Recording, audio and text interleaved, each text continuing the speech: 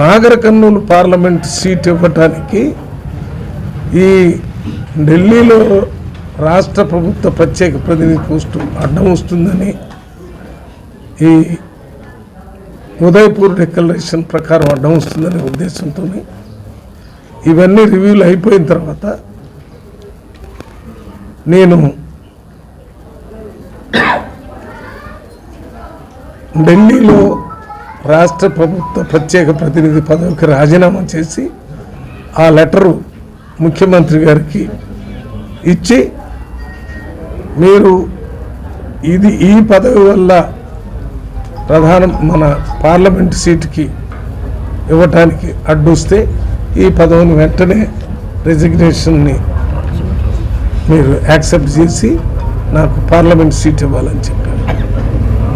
నా లెటర్ ఇప్పుడు ముఖ్యమంత్రి రేవంత్ రెడ్డి గారి ఆఫీసులో ఉంది. వారు ఎప్పుడైనా చర్చలు జరిగేటప్పుడు కాంగ్రెస్ పార్టీ హైకమాండ్ కానీ ఇంకెవరైనా అడిగితే దాన్ని యాక్సెప్ట్ చేసి దీన్ని ఇవ్వాలని వాళ్ళు రిక్వెస్ట్ చేయటం జరిగింది. ఇంతేకాకుండా AICC general secretary incharge Deepa Das Munshi గారిని కూడా కలిసి వారికి కూడా చెప్పాను. నేను ఈ స్పెషల్ రిప్రజెంటేటివ్ అంటే రాష్ట్ర ప్రభుత్వ ప్రత్యేక ప్రతినిధి పని చేయటం ఎగ్గగొట్టడం కాదు, నాకు ఇంట్రెస్ట్ లేక కాదు, 2 పదవులు చేయగలను.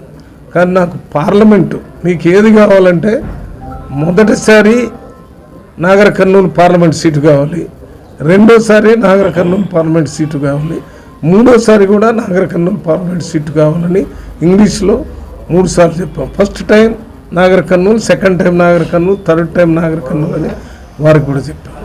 మన in-charge Mansoor Ali Khan AICC secretary ఆయనకు కూడా చెప్పాను, నేను ఇది రిజైన్ చేసి ముఖ్యమంత్రి గారి దగ్గర పెట్టాను, నాకు పార్లమెంట్ సీటు కావాలని నేను పార్లమెంట్ కోసం పనిచేస్తున్నాను. ఈ మధ్యకాలంలో నాకు తెలంగాణ రాష్ట్ర ప్రత్యేక ప్రతినిధిగా ఢిల్లీలో ఓ పదవి ఇచ్చిన సందర్భంగా కాంగ్రెస్ పార్టీ హైకమాండ్ గారు, ముఖ్యమంత్రి గారు నేను 2004 నుంచి 2008 వరకు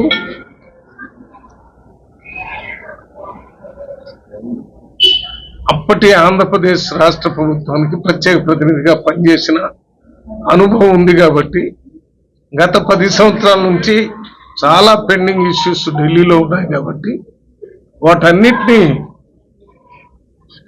క్లియర్ చేయడానికి నా అనుభవం ఉపయోగపడుతుందని ఆ రోజు ముఖ్యమంత్రి గారు పదవి ఇచ్చినప్పుడు, ఆ పదవి ఆర్డర్ తీసుకున్నప్పుడే నేను ముఖ్యమంత్రి గారితో మాట్లాడాను. మీరు నా మీద ఉంచినటువంటి నమ్మకానికి,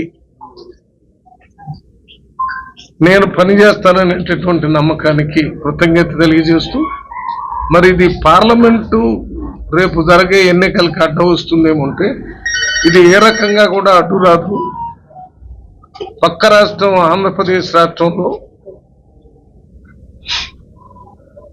పార్లమెంటు సభ్యుడు విజయసాయిరెడ్డి గారు పార్లమెంటు సభ్యుడు ప్రత్యేక ప్రతినిధిగా పనిచేస్తున్నాడు కాబట్టి ఇది రాదు. మీరు వెంటనే మన రాష్ట్రానికి సంబంధించినటువంటి పెండింగ్ ఇష్యూస్ అన్నిటినీ, బడ్జెట్ రిలీజెస్ ఏమన్నా పెండింగ్ ఉంటే వాటి గురించి కూడా ప్రయత్నం చేయాలని చెప్పడం, వారు చెప్పిన ప్రకారం నేను వెంటనే ఢిల్లీలో డిసెంబర్ 28కి ఛార్జ్ తీసుకుని అన్ని మినిస్ట్రీలకు సంబంధించి